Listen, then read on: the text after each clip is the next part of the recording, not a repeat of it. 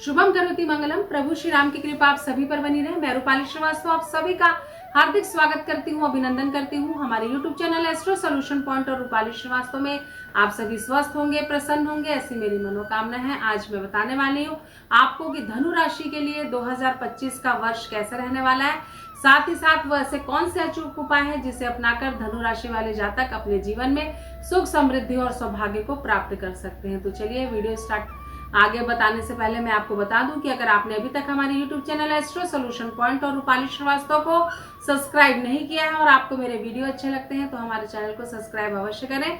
साथ ही साथ अपना साप्ताहिक राशिफल जानने के लिए आप हमारे YouTube channel astro solution point और हमारी वेबसाइट cellnumerology.com पर जाकर भी आप अपना साप्ताहिक राशिफल जान सकते हैं। तो चलिए अब चर्चा करते हैं धनु राशि के जातकों के विषय में। तो जो धनु राशि के जातक होते हैं वो बहुत ही जिद्दी होते हैं, किसी भी बात पर अड़ जाते हैं। मन तो उनका सौम्य होता है लेकिन वाणी पर संयम बिल्कुल भी नहीं रख पाते हैं। कहीं ना कहीं अपने इस नेचर के कारण इनको नुकसान भी होता है और कहीं ना कहीं इसी नेचर के कारण इनको फायदा भी होता है। तो जो इनका नेचर होता है वो बहुत ही अनप्रिडिक्टेबल टाइप का होता है कि कब इनका मूड कब बदलेगा, कि ये कब अपने नेचर्स के अनुसार क्या रिएक्ट करेंगे, ये कहना बहुत मुश्किल होता है।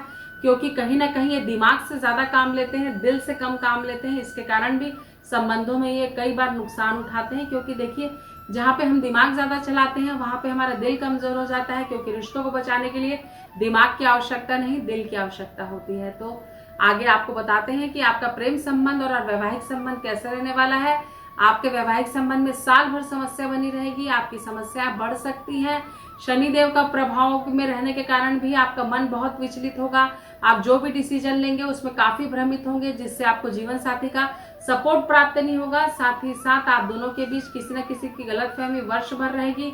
अचानक आपको जीवन में एक्स्ट्रा मैरिटल अफेयर भी हो सकता है, उससे भी आप बचे। साथ ही साथ प्रेमी के साथ संबंधों को लेकर भी आपकी समस्याएं बढ़ सकती हैं। सावधान रहें, सतर्क रहें और अपनी वाणी पर संयम रखें और सामाजिक रूप से अपने आप को संतुलित लेकर चलें। अन्यथा ये वर्ष आपके प्रेम संबंध और वैवाहिक जीवन को खत्म भी कर सकता है। तो बहुत ज्यादा सावधान रहिएगा, अन्यथा आपकी मुसीबत बढ़ सकती है। तो चलिए चर्चा करते हैं आपके कैरियर की क्या स्थिति है।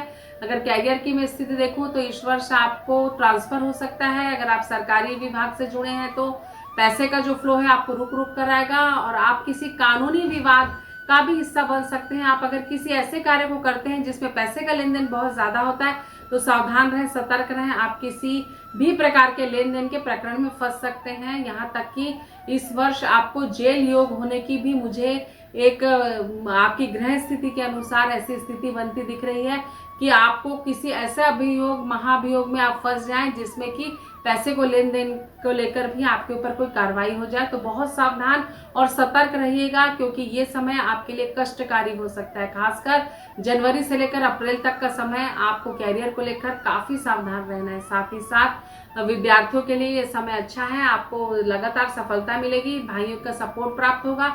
साथ ही साथ आपके ट्रांसफर के योग तो बनेंगे ही, सरकारी स्थिति में भी आप विवादित हो सकते हैं। तो चलिए देखते हैं कि इस वर्ष के आपको भवन और वाहन का सुख है।